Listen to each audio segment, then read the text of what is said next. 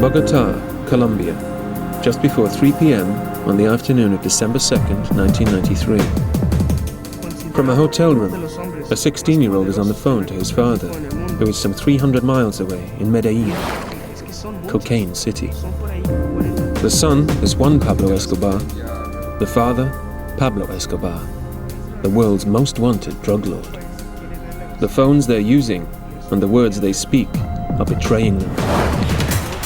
On their trail is another father and son team, leading an elite squad of Colombian police. Vamos, adelante.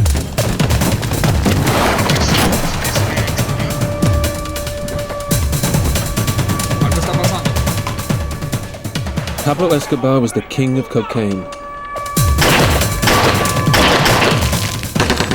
For years, he terrorized and murdered thousands of people and made billions of dollars. Now, the tables are about to be turned. Based on the testimony of those who survived and the transcripts of Escobar's own telephone conversations, this is the second-by-second story of Pablo Escobar's final hour.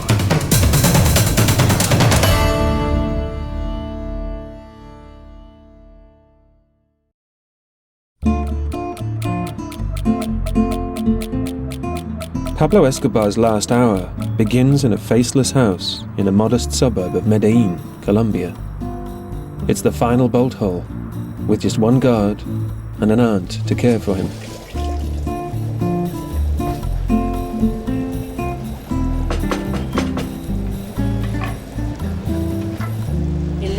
His taste in food was simple.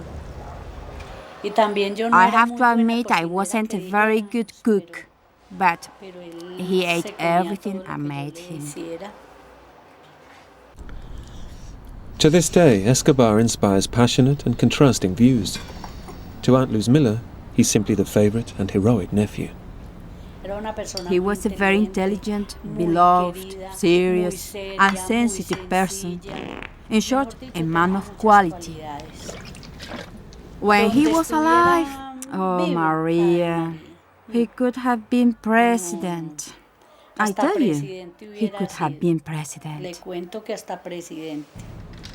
To his pursuers, he's simply the greatest criminal in history. For me, he was a psychopath. That was a description of Pablo Escobar. He was a difficult man to understand because he had some social awareness. He liked to help the poor, but he also killed poor people. Pero también asesinaba a pobres. I probably hated him. He was one of those individuals that, I despised. Limón. I wouldn't think twice about eliminating him if I had to, but I never thought about him with anger. I didn't see him like that. Limón. Even though cocaine made his fortune, Escobar has always steered clear of it. His favorite drug is cannabis. Que no consigue esa maldita hierba, a ver. Ya le dije, ya eso se acabó, ya no tengo nada. In his final hour, Escobar cuts a pathetic figure. He was dirty. He had a beard, a huge beard. Very changed physically. Scruffy. We could have passed him in the street in Medellin and said hello, not knowing it was Escobar. Escobar's last day has begun with spaghetti for breakfast, prepared by his Aunt Luz Miller. And where he once had a staff of hundreds, he's now reduced to just one bodyguard, a man nicknamed Lemon. Limón. Escobar wants to speak to his wife and children in Bogotá, but calling them will be fatal. Llame a ver. Whoever he pretends to be. Diga que es un periodista. Buenas tardes, Hotel Tequendama. Aló, buenas tardes, doña Cecilia. Por favor, ¿me podrás comunicar con la familia Escobar? But in 55 minutes, these calls will lead to death. Coronel, están en la línea. Dígale que no están contestando. Manténgalo en la línea que ustedes van a seguir intentando. The phone operator is working for Colonel Hugo Martinez, who who is in control of the whole operation to find Escobar. Ellos están hablando otra vez. Ustedes no deben de estar tan lejos. Los Olivos no es un área tan grande. Colonel Martinez's son, Hugo Jr., tracks Escobar's every word from a mobile surveillance unit. Hugo has some surveillance equipment that scans the local area. It signals the strength and where the telephone signal is coming from. The nearer they get, the stronger it grows. The blue signal follows the course of Hugo's van as he electronically scans the area, searching for Escobar's phone signal. Lo siento, en este momento no me contestan, pero el teléfono sigue sonando. The green signal behind Hugo's van is the search block assault team, the foot soldiers of the operation. They are led by Major Guillermo Aguilar. Espere un momento. Okay, gracias. During an extraordinary life that has led to this final confrontation, Pablo Escobar has been a man of many faces. Businessman, sportsman, politician, victim, and family man. Local myth tells how by 16 he was already dealing in death. He'd steal gravestones, shave off the names, and resell them at bargain prices. Born into a culture of violence and rebellion near the mountainous city of Medellin, even Escobar's grandfather was a famous rum runner. My brother was a good student and son. He was a person who had a few friends, but he was supremely faithful to his friends as a child. This is the family story. In fact, he was just a small-time con man, car thief and kidnapper, until he discovered drugs. He soon learned that marijuana makes millions, but cocaine is king. He could make $1 million every day, and before long, he did. The key to Escobar's success was spectacularly simple. Everyone who dealt with him had a choice: plata or plomo, silver or lead.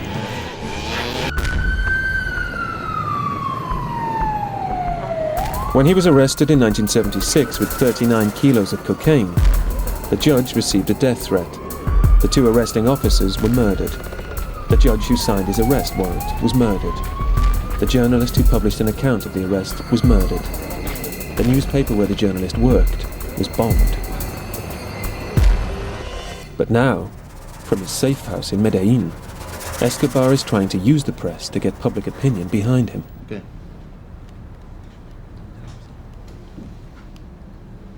¿Aló? Ya me contestaron. Tío, que espera que están Un ocupados. momento, ya lo comunico. Ya está marcando.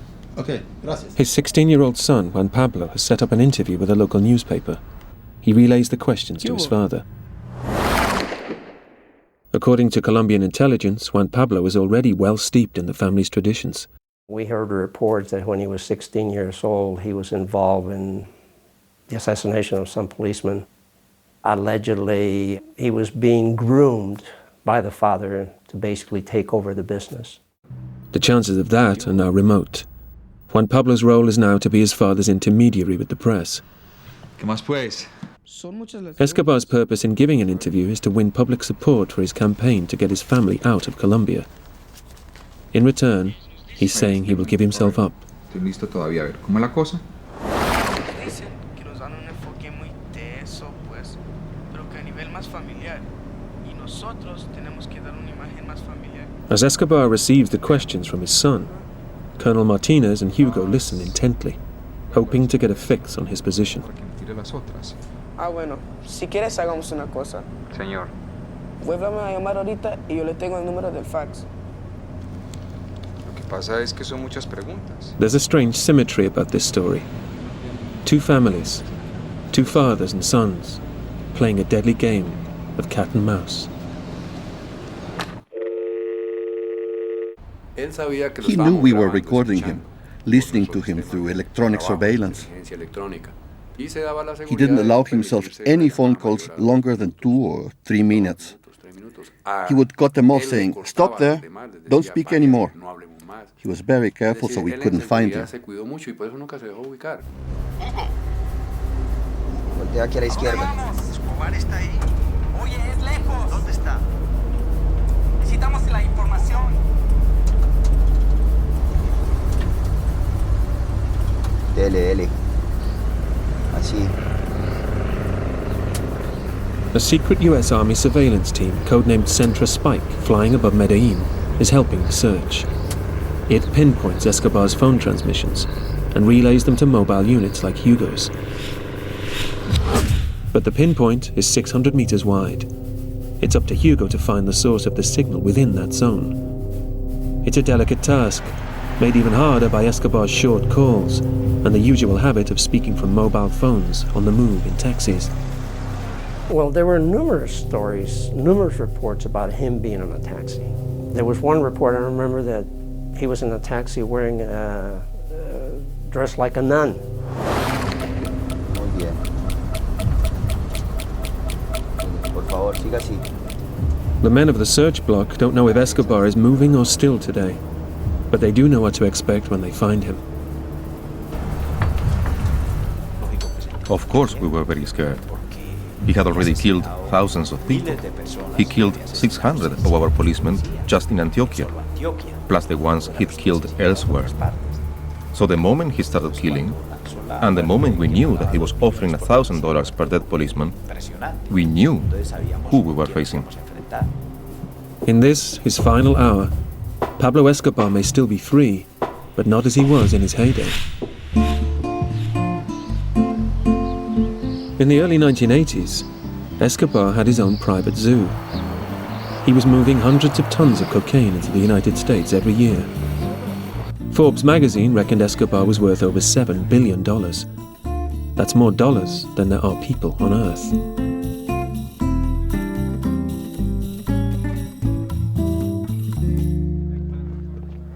Shipments of multi-hundred kilos of cocaine were quite common.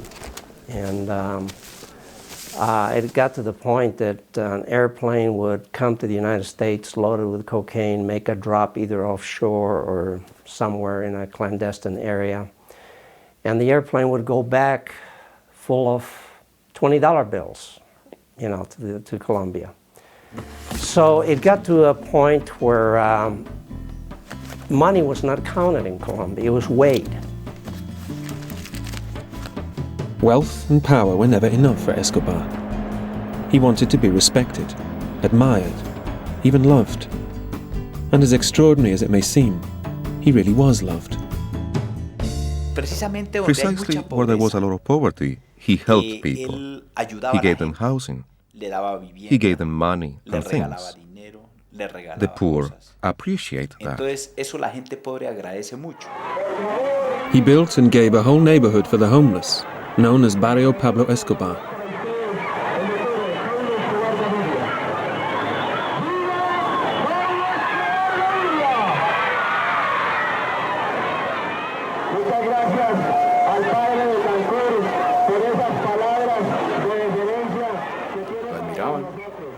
They admired him. For them, he was a Robin Hood. He robbed to help the poor. Or so he made it look. In return, the poor were ferociously loyal. They became his army of spies on street corners, in taxis, even inside the police itself. Teenage murderers queued up to gun down Escobar's enemies. He was so popular that by 1982 he was voted into the Colombian Congress. But soon after being elected, Escobar was publicly denounced as a drug trafficker and forced to resign his seat. It all began to unravel. On March 10, 1984, the Colombian Minister of Justice, Rodrigo Lara, authorized the seizure of a group of cocaine laboratories hidden in the jungle of Caquetá province. It turned out to be the biggest cocaine seizure in history. $1 billion of Escobar's cocaine was destroyed. Furious, he had Justice Minister Lara gunned down in his car. The Colombian government hit back with a new tactic. It introduced laws to allow drug traffickers to be extradited and tried in the United States. For Escobar, this meant war. No one crossed him and lived, as one former business partner discovered. But somehow or other, this individual did something that Escobar did not approve of. And he wanted to make an example of him in front of everybody else. And allegedly, they hung him from the tree by the arms and poured gasoline on him and burned him. And the whole message was, this is what happens if you cross me. Another thing he used to say, when a cockroach is killed, I get the blame. If anyone is killed, I get the blame. Everything was blamed on him. But Pablo's sins have caught up with him. He has 40 minutes to live. Mira, papi, es que son muchas. Son por ahí 40 preguntas. ¿No será que me las puede enviar? Siga. The Escobars are back on the phone. Hugo is honing in on Pablo Escobar's signal. ¿Qué hago, mi teniente? Siga así. Mantenga la misma velocidad. Hugo keeps circling his target, fed with information from his assistant in the back of the van.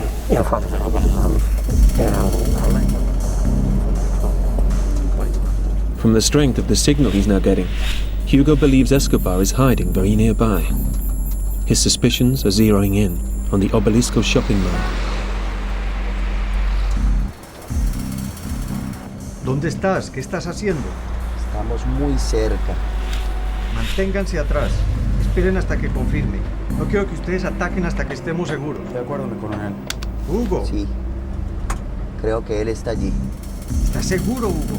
Though Hugo is now convinced Escobar is hiding in the shopping mall, a strange ghosting effect on the signal is puzzling him. Even so, he thinks an all-out attack is worth the risk. Da otra vuelta, hay que estar seguros. After 5 years of searching for Escobar and several unsuccessful raids, the pressure on Hugo to be right is enormous. His father, his colleagues, in fact the whole country, await his next move. Sí. Sí. Él está allí. Está en el edificio. Pare.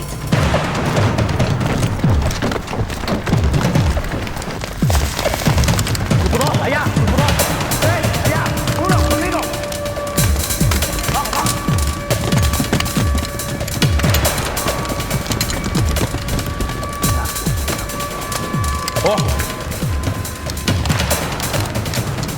¡Ojo!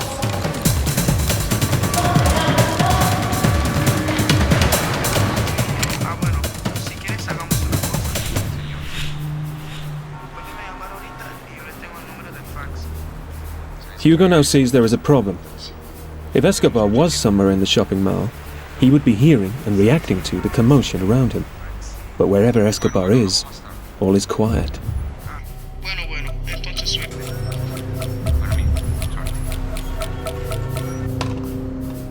Evading his pursuers has always been an Escobar speciality. 8 years before, he'd waged a populist campaign against the potentially lethal threat of extradition to the United States. Yo estoy en desacuerdo con el tratado de extradición porque el tratado de extradición viola la Constitución colombiana en 23 artículos, atenta contra los derechos humanos porque todo el pueblo colombiano está contra él. He used to say, I prefer a grave in Colombia to jail in the United States. That said, Escobar enjoyed thumbing his nose at the Americans by slipping in undetected for a little sightseeing, as this photo outside the White House shows.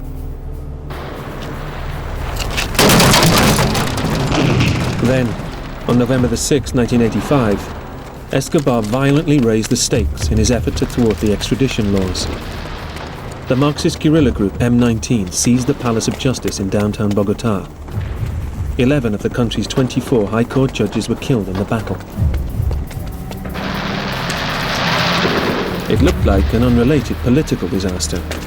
However, many believed Escobar had paid M19 $1 million to attack the building, and while they were at it, destroy all the records of cases against the drug lords. Charges against Escobar literally went up in smoke. Colombian society was actually caving into the pressures that Escobar was putting on them. And they just wanted the bombing to stop. They didn't care what the government did as long as the bombing stopped.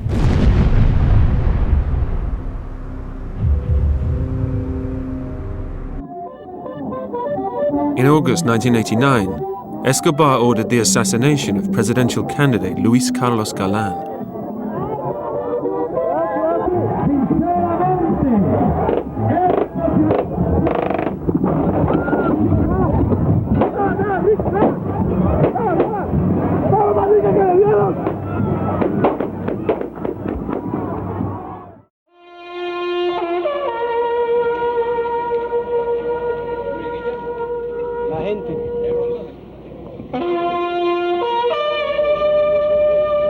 The country was crumbling in the face of Escobar's onslaught. The government turned to the American president, George Bush, for help. Our most serious problem today is cocaine, and in particular, crack. Who's responsible? Let me tell you straight out. Everyone who uses drugs, everyone who sells drugs, and everyone who looks the other way. This is crack cocaine, seized a few days ago by drug enforcement agents in a park just across the street from the White House.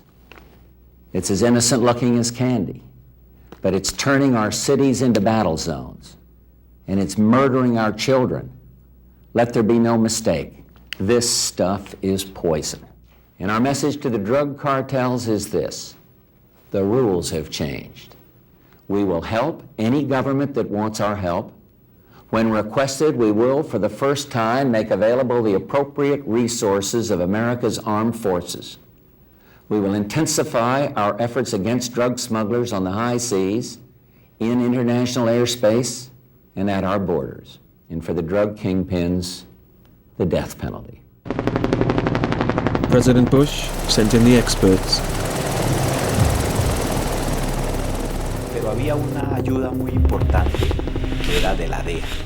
We received some important help from the U.S. Drug Enforcement Agency. They trained us in special operations, combat shooting, and explosives. They gave us electronic surveillance and scanning technology to do triangulation and to listen to all the movements of Pablo Escobar's organization. And so began the Search Block, the elite squad under the command of Colonel Martinez, which for 5 years has hunted Escobar. Haremos sin descanso porque queremos vivir en otro país y estudiar modestamente, sin guardaespaldas, clandestinamente y ojalá con el nombre y el apellido cambiado. ¿La cogió, mijo? Aguilar. By now it's clear that the search in the shopping mall has gone badly wrong. Algo está mal. Hugo. No. Hugo. No. Escobar no está aquí. There's a further problem. Amidst all the confusion, the Search Block miss Hugo's call that Escobar isn't in the shopping center. Hugo heads off alone to find Escobar. Pablo Escobar has terrorized and outwitted the Colombian authorities for years. Though he seems to have escaped again, it's just 30 minutes till the dragnet closes in.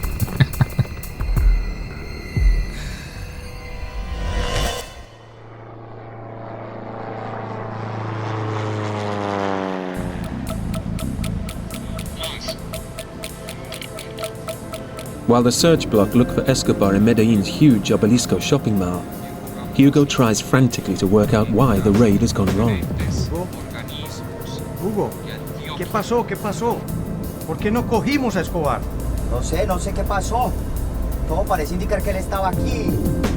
Tuvimos un problema con la señal. ¿Qué pasó con la señal?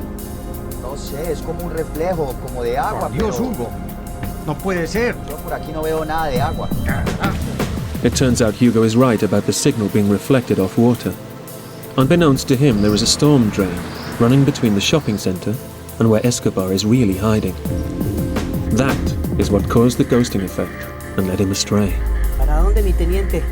Siga derecho.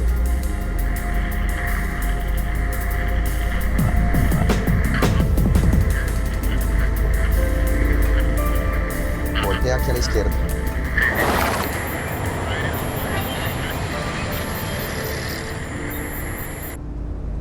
Now alone, Hugo has to trust more than his equipment. He has to trust himself. Bien, vamos bien. He follows his instinct, the signal, and the water that keeps crossing his path. Por favor, aquí una derecha. This time, he's right. He's heading towards the red signal coming from Escobar's hideout. Meanwhile, the search block is still at the shopping center. No está aquí, mi coronel.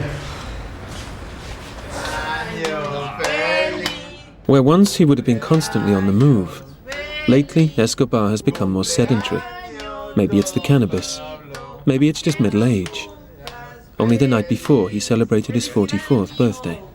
Gracias, tía. Es una belleza, carajo. Felicidades, don Pablo. Gracias, Limón.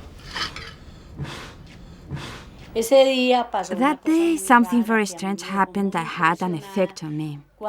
As I was about to serve the birthday champagne to Pablo and Limón, the glass fell on the floor. It didn't break. ¡Qué buena suerte! No se rompió. ¡Qué suerte que hay, doña Rosmira! Es una mala suerte que no se haya roto. Look at what happened the next day. That's when I realized his premonition was true.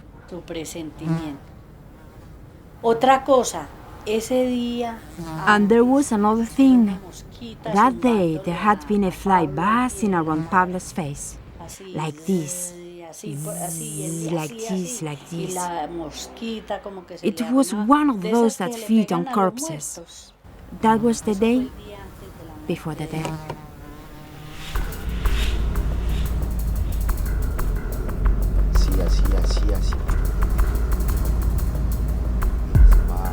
Escobar is now on phone call number 3, in the final hour continuing the campaign to win safe refuge for his wife, son and daughter.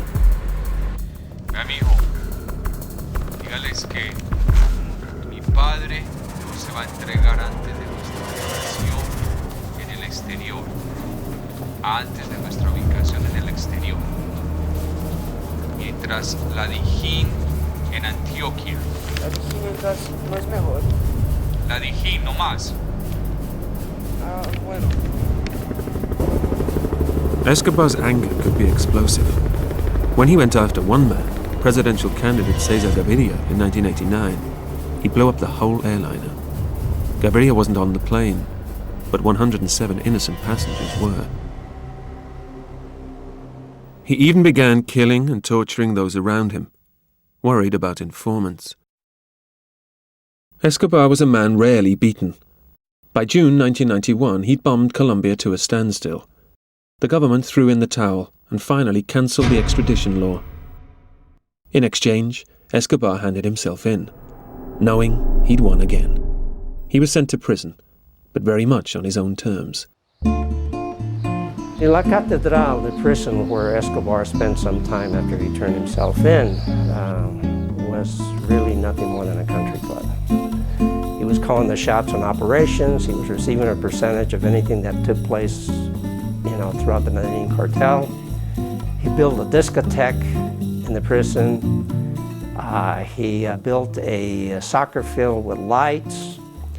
The prison cells were better than most hotels in Colombia. It was an incredible facility, incredible. We lived well. We had our families. We were protected. We had comforts. But the government was aware of what we had there and what the rules were. It was both his fortress and Aladdin's cave. ¿Qué fue lo que pasó, mi coronel? No pasó nada. Esté alerta. Escobar used his mountaintop fortress overlooking Medellin to rebuild his empire and settle old scores. He ended up suspecting even his inner circle. He was already a bit paranoid. In July 1992, he called a meeting of senior traffickers. Suspecting his business partners, the Moncada and Galliano brothers, of creaming off profits, he hung them upside down and tortured them to death. Torture turned into actually cutting off fingers, hands, and in essence, ripping the body apart in an effort to make sure that they would never be found. President Gaviria tried to move Escobar to a real prison, but Escobar was having none of it. He simply walked past the army battalion sent to get him and escaped. They were too intimidated to stop him. It was just like, I'm going. And he went. He fooled everyone, including the authorities. By the time the sun came up, he'd been gone 2 or 3 hours. But by leaving his luxury fortress, Escobar had made the biggest mistake of his life. The government's answer was to throw money at the problem and offer a large reward for his capture. Escobar's former business associates had their own solution. They started to throw bombs at him.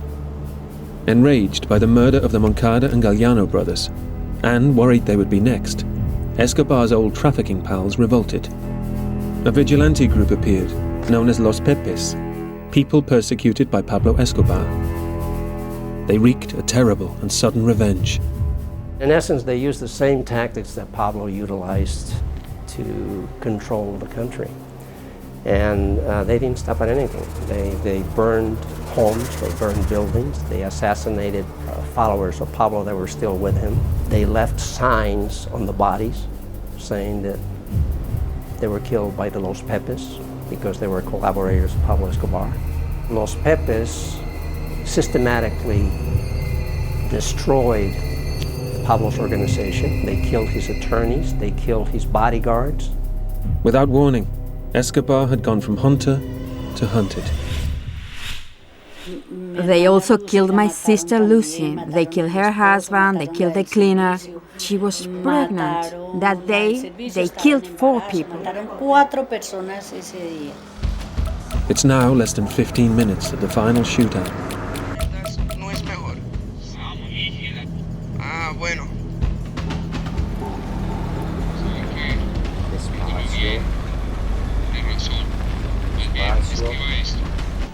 Mientras los diferentes organismos en Antioquia sigan secuestrando, torturando y cometiendo masacres en las esquinas.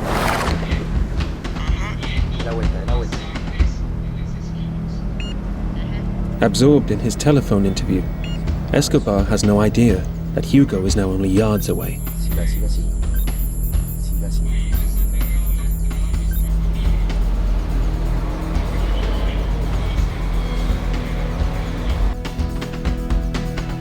Dígales que nosotros estamos dispuestos a tocar todas las puertas de las embajadas del mundo.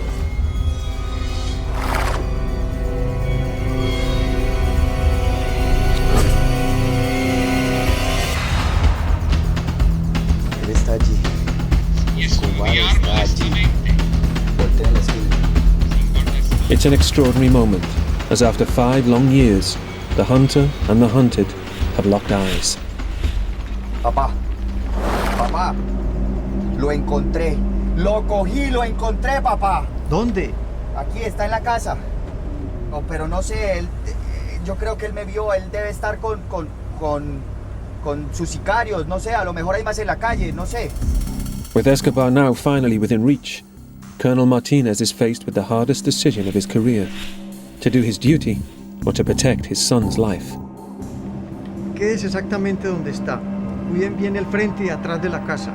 Y no lo dejen salir. ¿Pero cuánto tiempo más debe estar aquí? Hágalo. Aguilar. Aguilar. Escobar no está ahí. Hugo lo tiene. Then I answered, you must face him if the assault team doesn't get there in time. I was so overwhelmed that we'd found him. We had waited for so long. I was sure we would catch him now. Pare. Cubra la parte de atrás y no permita que nadie salga por esa puerta, ¿me entendió? Nadie.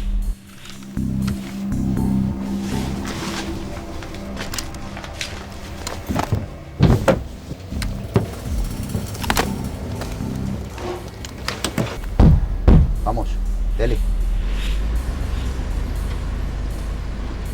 Voltea aquí, voltea aquí.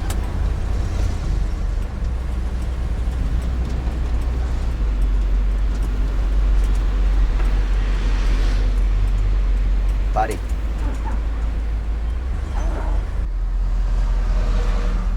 Saque su arma. ¿Quién? ¿Yo, mi teniente? Sí, usted, ya.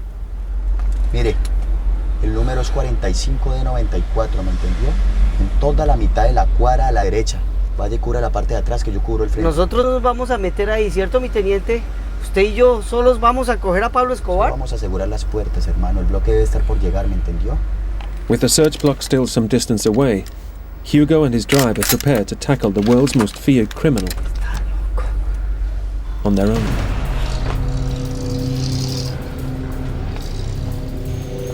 Mi hijo se las organiza bien. La ortografía. Here he is with one driver, Pablo in this house, with no idea with how many people in that house.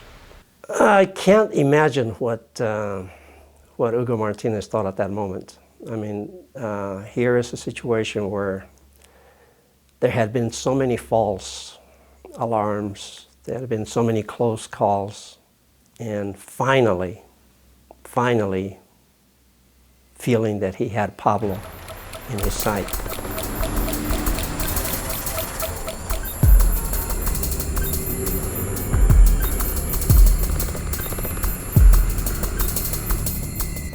Es la razón por la cual ningún país quiere darle a usted y a su familia albergue. Dígales que la familia la nega ahora entrada, simplemente porque no conocen la verdadera realidad. By April 1993, with his empire in ruins, Escobar was frantic to save the only thing he had left, his family. He tried to send them to Miami, but their visas were revoked by DEA agents at the airport. ¿Por qué se querían ir? Why did they want to go? Because of what the Pepes were doing. Their enemies were their own drug traffickers, their own ex-colleagues. They were bombing his family and his properties, threatening his family. Amenazando a su familia. In response, Escobar bombed Bogotá in a fit of rage, killing innocent civilians. Faced with Escobar's relentless carnage, some feel Los Pepes were a necessary evil. There are places in this world where traditional methods, democratic methods, do not work. Maybe the only way that you can strive for solutions is through unorthodox methods such as using violence, fighting violence with violence. And it's a sad story, it's a sad truth, and that's reality.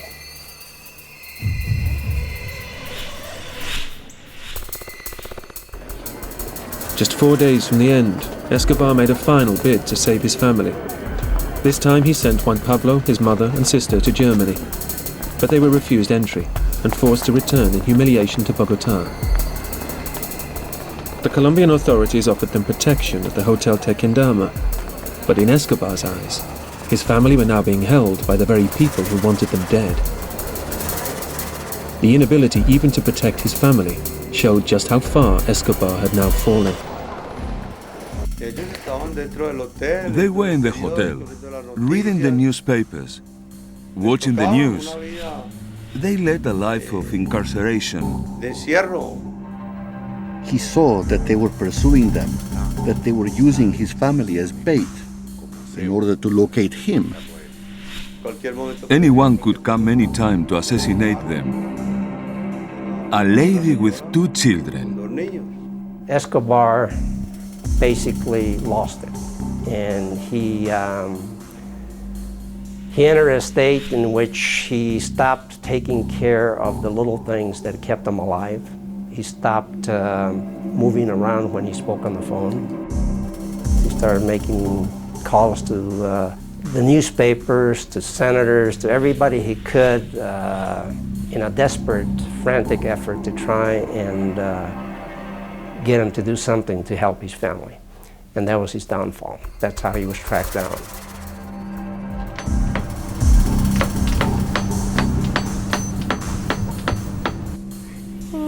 Reports filtered out that while Pablo was being tracked through his son on the phone, his daughter Manuela was wandering the halls of the empty hotel, singing a Christmas carol to herself. Only she changed the words to "Los Pepes are going to kill my father, my mother, and me." With 4 minutes to 0 hour, Hugo is still alone. Bueno, ¿cuáles fueron las razones para que usted y su familia saliera el sábado pasado rumbo a Alemania? ¿Y usted qué contestó? At last, at 3 minutes to 3, the search block arrives.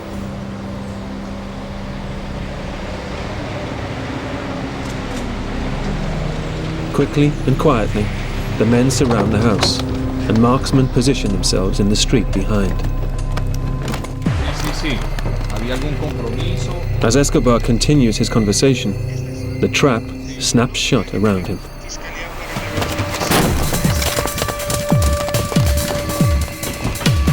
¿Qué está pasando? ¡Cobarde gonorrea, hijo de puta! Limon flees, leaving Escobar to fight alone.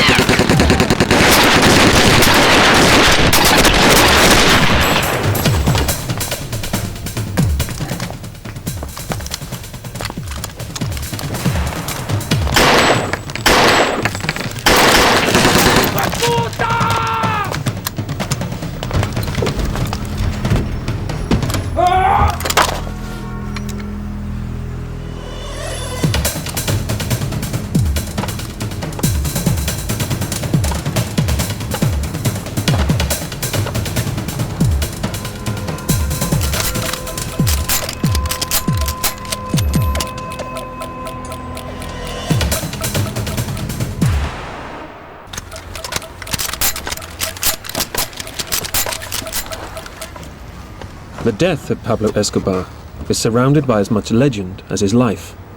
First, the official version.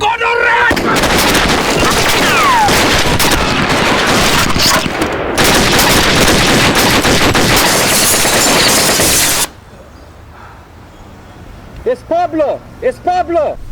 ¿Estás bien? Ya. ¿Estás bien? Bien, bien. We took cover when the shooting started outside. There were at least 300 shots.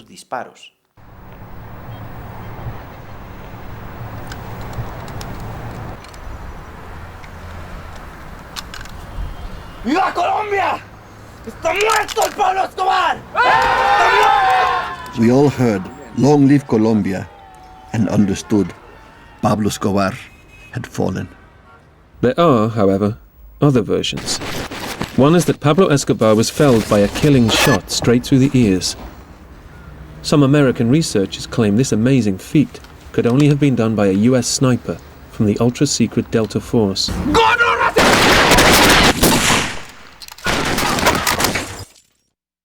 That's absolutely false. I am confident that the Delta Force had nothing to do with this. Escobar's family has another theory.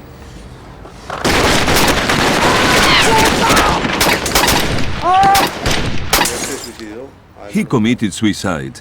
He did not get killed. During all the years they went after him, he would say to me every day, if he was really cornered, without a way out, he would shoot himself through the ears. And he shot himself through the ears. I don't believe they killed him. He killed himself. Because he used to say, I prefer a grave in Colombia to jail in the United States.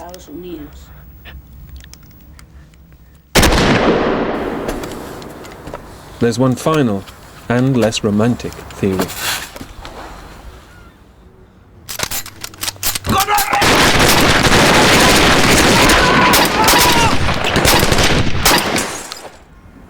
¡Es Pablo! ¡Es Pablo!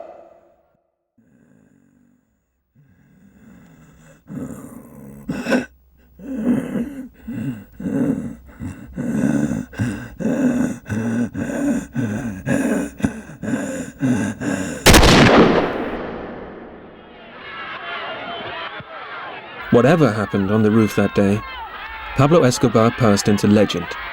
Grief exploded amongst his thousands of bereaved supporters. Yet some believe his death was just Escobar's last trick. I think he is still alive. It's not possible to get a man with so much money, who always stayed ahead of the law, who just walked out of jail so many times. I think he gave a load of cash to some guy who was tired of life. The family would be rich, and he would die instead of Pablo.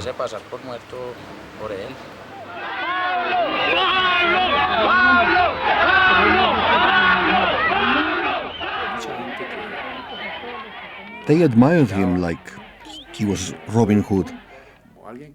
He did spectacular things. He helped the poor, so people don't want his name to die. But he was only a man.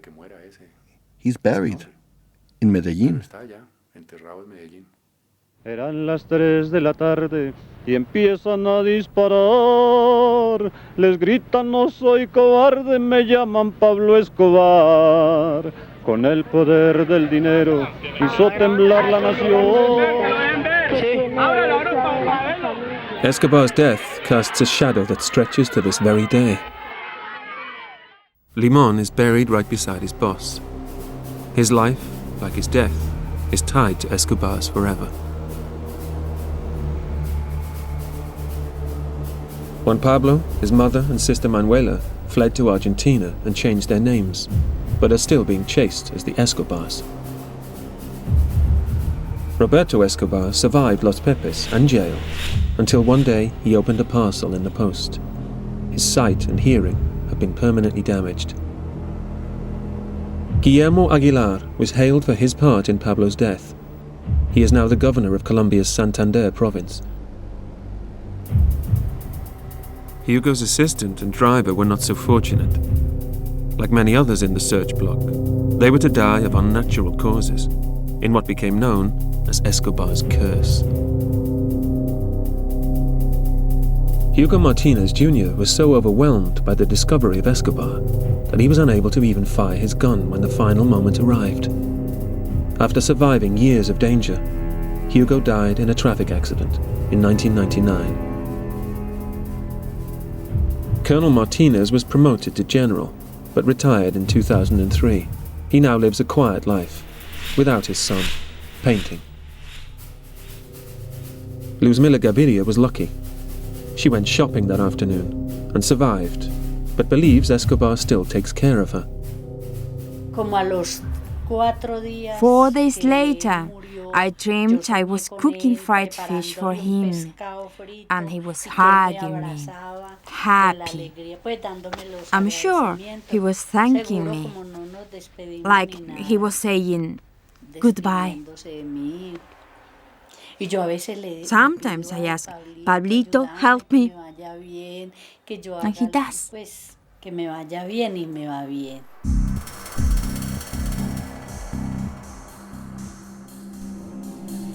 Did the death of Pablo Escobar make any difference to the blizzard of cocaine that blows across America?